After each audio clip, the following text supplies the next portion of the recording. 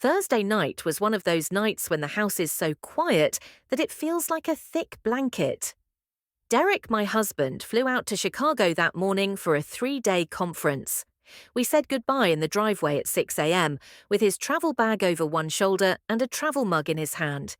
He kissed me on the cheek and said he'd call before bed. I smiled and waved him off, then came back into the house and enjoyed the quiet. There's no question that I loved Derek. But after 16 years of marriage, a few nights by themselves sounded like a nice break. Just me, a cozy wool blanket, chamomile tea, and the Netflix queue that I never got to use when he was home. The house was clean, it was dark, and our son Alex was in his room upstairs. It was likely that Alex was deep in thought and one of the online games he played all the time. He had changed a great deal in the past year. He was 18 years old, which is a weird age between being a boy and an adult. He was almost 6 feet tall, had messy brown hair, and was quiet. He used to be a happy, active kid who followed me around and asked me a lot of questions. Now he didn't talk much unless I talked to him. I tried to tell myself it was just a phase and that maybe college had changed his goals, but it didn't make the distance any less painful. Late at night, around 9:30, I heard soft footsteps coming down the stairs. I looked up and saw Alex standing in the doorway of the living room. "Hey, Mum," he said quietly. "Hey, honey, everything all right?" "I was just wondering, do you want to hang out for a bit?" he asked after nodding. That made me think, hang out? Yeah, I mean, since Dad's not home, maybe we could play a game or something like old times. She shrugged and asked, "Do you want to play cards?" I smiled slowly. "Of course I do. You haven't asked me that in years." I put down the remote, pulled out a deck of cards from the coffee table drawer, and rubbed the cushion next to me. Alex joined me, and we began playing Rummy. At first it seemed strange. We messed up the rules, laughed at how easily we forgot them, and made jokes about who cheated more when they were younger. But slowly, the flow came back. We laughed more freely, and I caught glimpses of the boy I used to know. We took a break for food after a while. I brought out popcorn and soda, and we sat down on the couch like we were old friends. Everything felt great for a short time. Alex then asked a question that caught me off guard.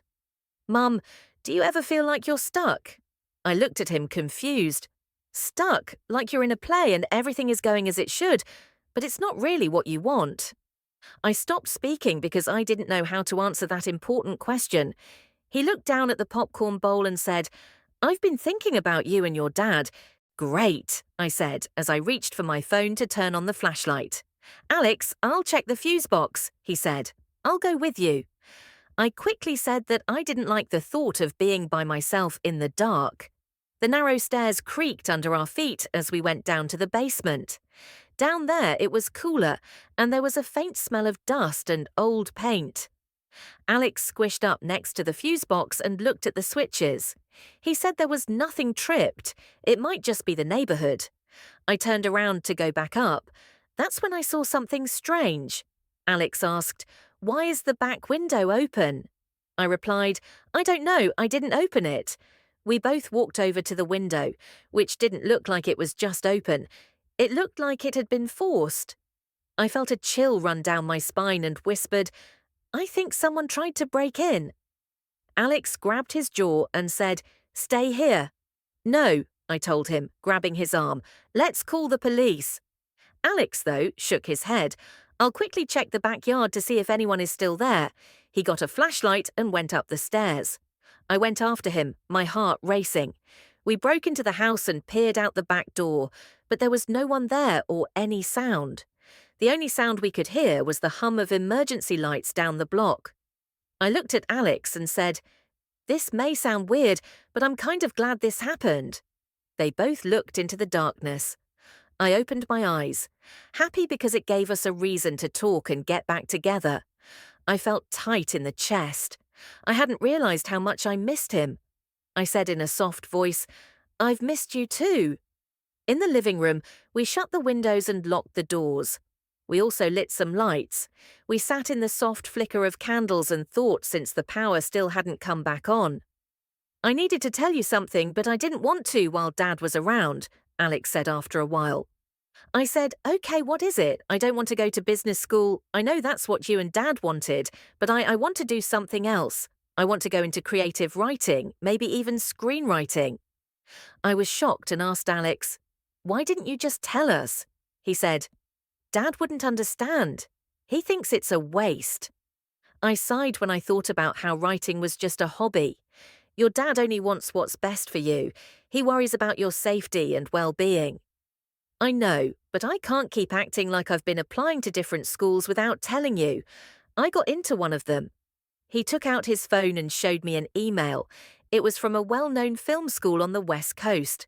It made my heart race as I read it. Hey, Alex, this is amazing. His eyes looked into mine. You're not mad, I'm mad and happy. I wish you hadn't felt like you had to hide how proud I was of you.